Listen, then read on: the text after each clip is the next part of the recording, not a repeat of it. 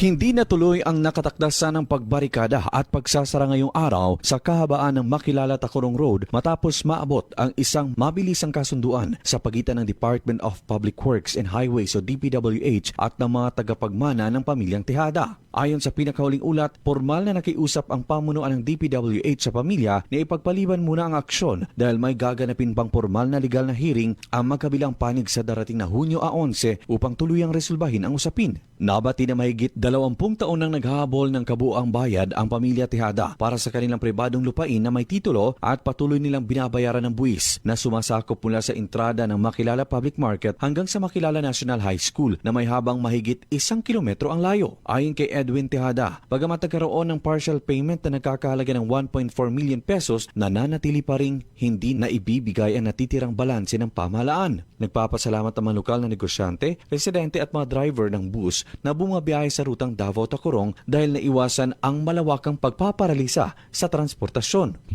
At sa panahon namin lahat kanila, murang ilan lang yung itulog-tulugan. Dili na din siguro may basol gumikan sa kadugay na nga higayon nga gihatag namo ngadto sa gobyerno. Inaasahan na mananatiling normal at ligtas ang takbo ng trapiko sa pambansang lansangan habang hinihintay ng publiko ang magiging pinal na desisyon mula sa gaganaping hearing ng DPWH at ng Tejada Ears. Luigi Alan Totor, NDBC, Bida Balita.